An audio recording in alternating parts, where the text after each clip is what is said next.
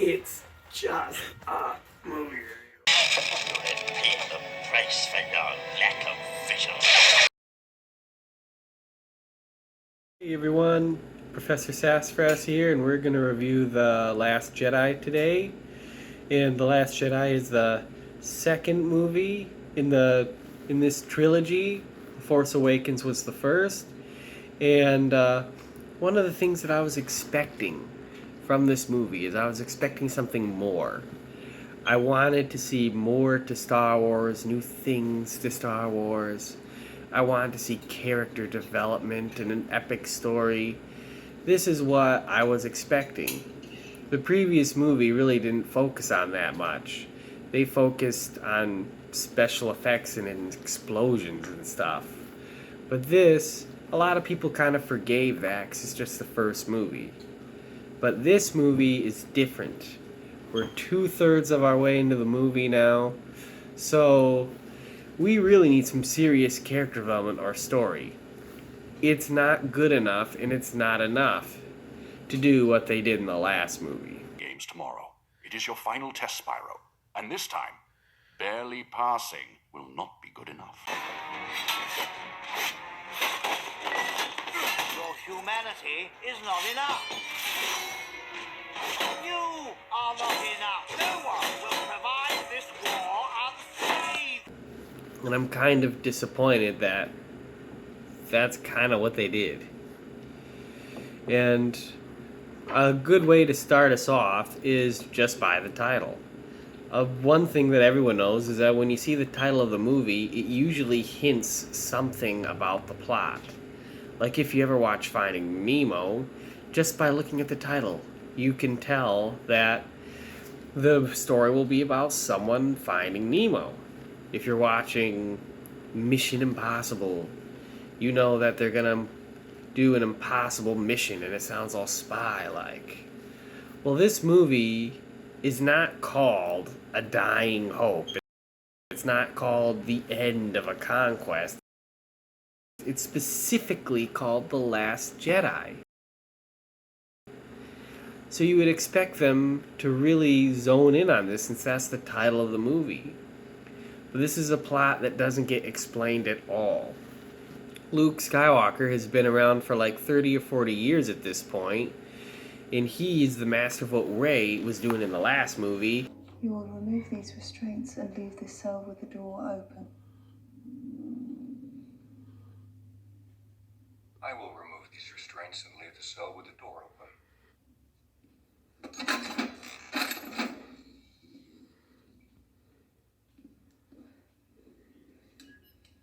And you'll drop your weapon? And I'll drop my weapon. And so he's had years to train Jedi Masters. And we don't know what happened to them.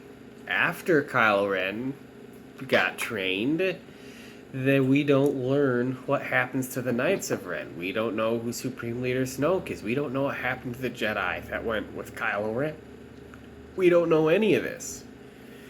And this is kind of disappointing. And another good way to illustrate this kind of thing is, you know how sometimes you see a movie and there's this cool bar brawl scene where everyone's fighting in a bar?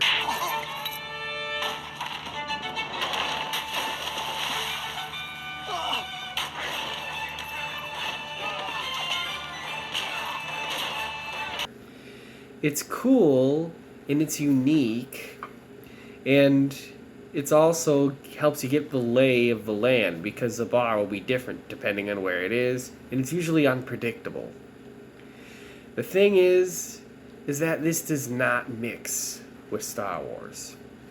When you watch Star Wars, the whole story, even the things that happen in the story, they're all building up to this one final moment. The circle is now complete. When I left you, I was but a learner. Now I am the master. Only a master of evil, Darth. A great example is that even when Ben Kenobi was in a bar with Luke and he chopped off that one guy's arm. This little one's not worth the effort.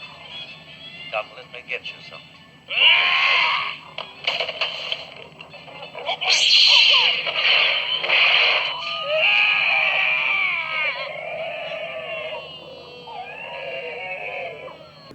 It was in a well-rehearsed movement. It didn't fly off and cause all this chaos.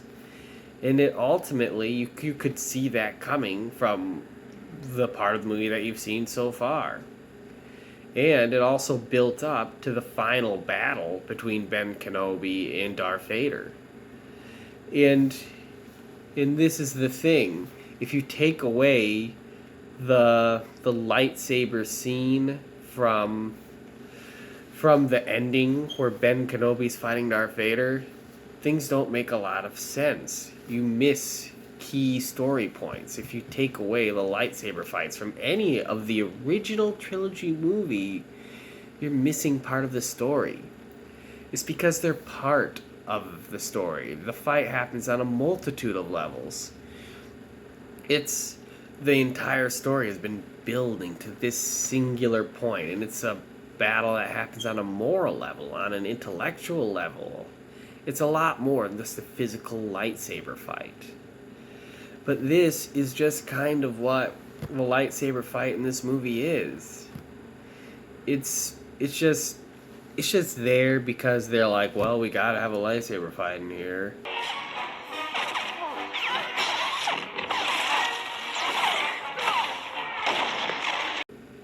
If you took out this lightsaber fight and this whole scene, you would not even be able to miss it. You would not even notice that it was gone if you had never seen this before. You would not go, shouldn't there be this thing? The only thing people would have said is, where's the lightsaber fight? And that's the thing. This story has plot holes, and at the end of the movie, we see them fighting on a planet that looks exactly like Hoth. It looks exactly like Hoth in Empire Strikes Back.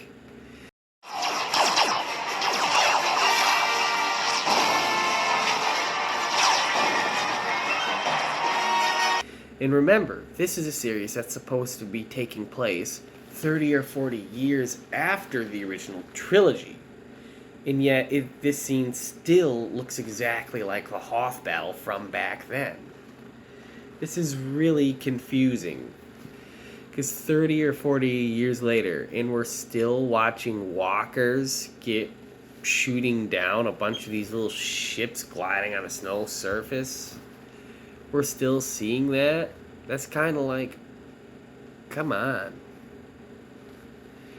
And it was nice to see Luke and Yoda. That was nice. And the special effects and explosions were still good. But we're still lacking any major story here. And the characters didn't develop. We didn't see Leia mourn the loss of her husband and go to this funeral. We saw her knocked out for the whole film. We didn't see Poe and Holdo eventually come to the conclusion that Holdo is not better than Poe, but Poe does need to stop being so reckless. And they work together to save the fleet. Instead, the fleet gets destroyed. Destroy it.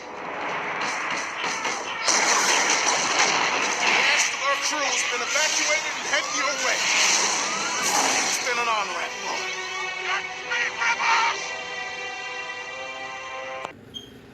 And we just see Holdo never tell anyone her plan.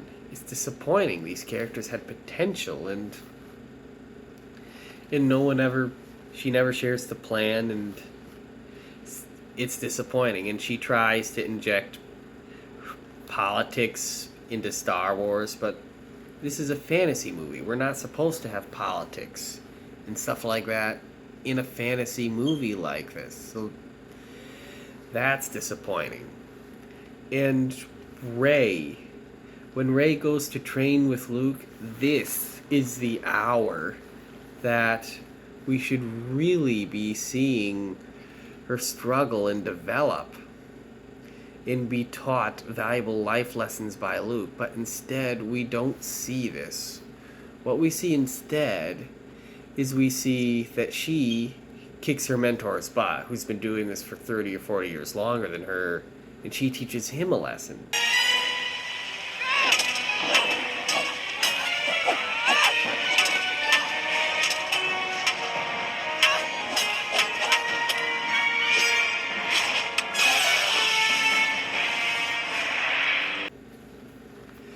This just doesn't make a lot of sense. It just feels like a big, quick bar brawl scene.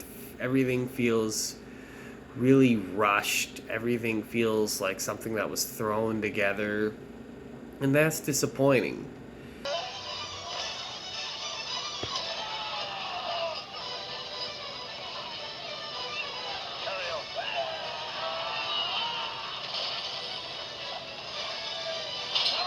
Because if you're going to tell me a story over 3 movies, I would really hope that you would put a little more thought into things than that.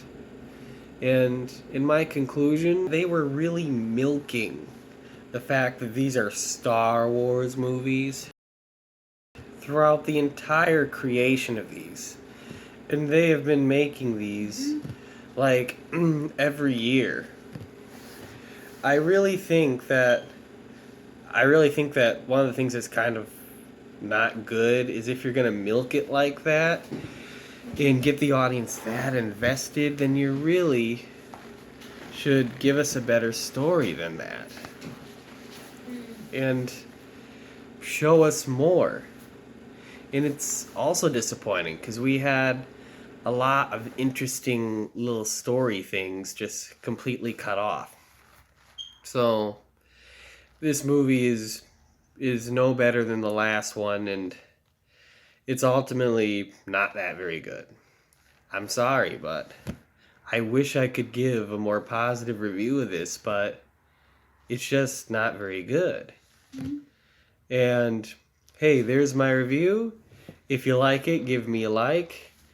And next video, I'll be talking about thoughts about what the next movie might be like. And this is Professor Sassafras signing out. Ba ba ba ba ba ba ba ba ba ba ba ba ba ba ba ba da da da da da da da da da da da da da da da da do do do do do do do do do do do do do do do boo hoo.